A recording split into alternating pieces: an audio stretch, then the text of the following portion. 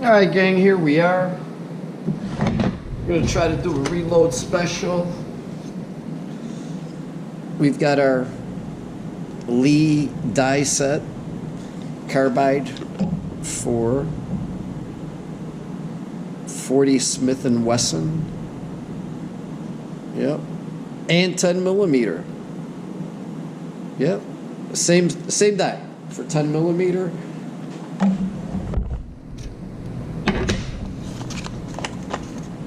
So we're gonna, Lee's nice. They give you your shell holder.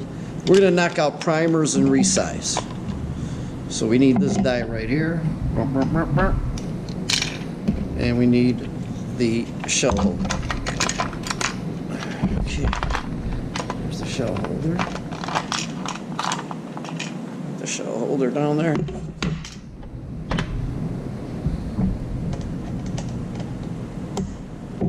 Boom. Let's see how that looks. Yeah, it looks pretty good.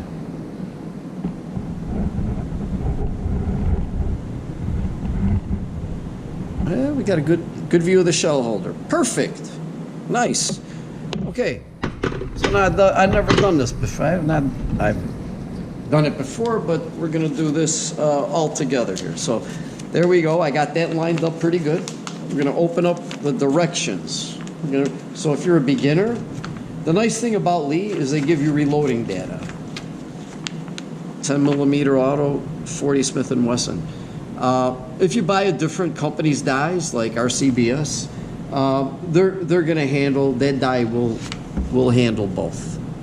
But it's kind of nice, but you got the reloading data right here. And directions.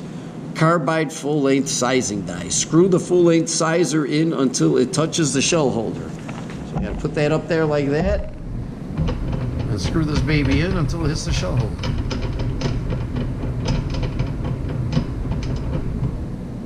Well, I don't know if that hit the shell holder or if it's just...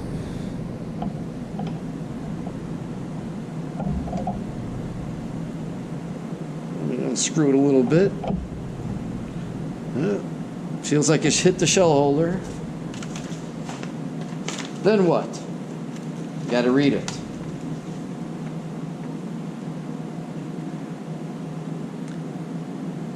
It's retained by a okay, and then raise the ram, tighten the lock ring finger tight.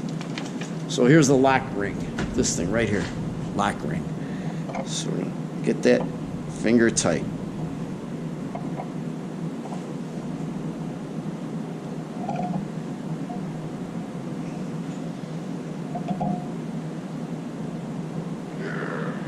Okay, finger tight. Bang. That's it. So that should have that die is set up. Carbide, full length. Okay.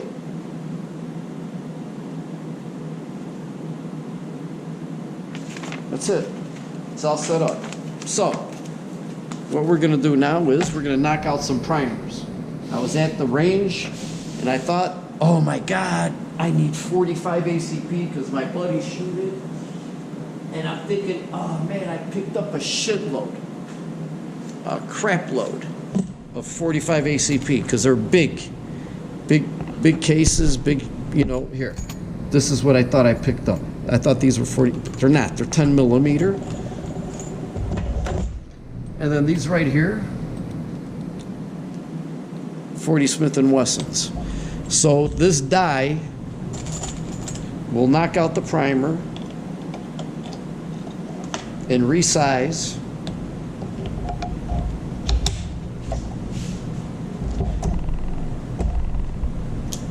this 10 millimeter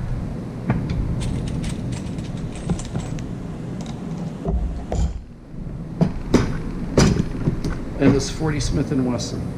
See that's damaged. So it did knock out the primer, but we're not going to use that one. I just hit this camera. And we're still okay. 40 Smith & Wesson, bam, resized. How do we know it's resized? We know it's resized because we have our gauges. We don't need no stinking gauges, but we do. We have our stinking gauges. We have gauges for many. Here, what do we got here? This is for, I don't think I have a 10 mil. I do have a 40 because I reloaded 40 for some people before. That's 38 special. You know what? I think it might be this gold one right here. Yeah, 40 Smith & Wesson.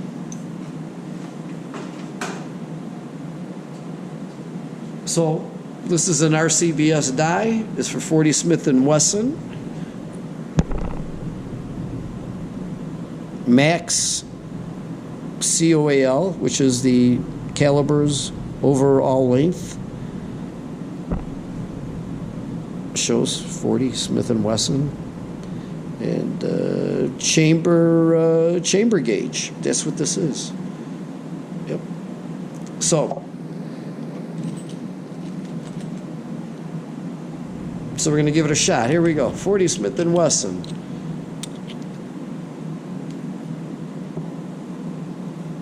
Primer's in it.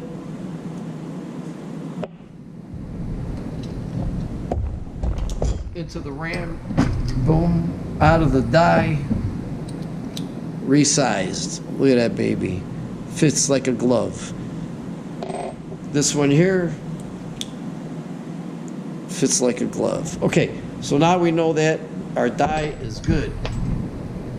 So we're going to knock these primers out. Let's see this. Here, this is the 10 mil. All right. That would drop in. See, I don't have a 10 mil gauge because I don't know anybody who shoots 10 mil. But it's the same as a 40 Smith & Wesson. And I'm saying is, if this didn't have the coal stop, which is right inside there, inside the gauge tool, if I had a 10 mil, I'm pretty sure that this would. So I'm going to knock these primers out of both this 40 Smith & Wesson and the 10 mil. And then what's going to happen is I'm going to stash them into here. I think this is 40 Smith & Wesson. So they're going to go in there. And then on the other side, I have a bag of 10 millimeter, and those are going to go in there. So I'm going to sign off for now, and then when I'm done, I'll show you the finished works. Peace out.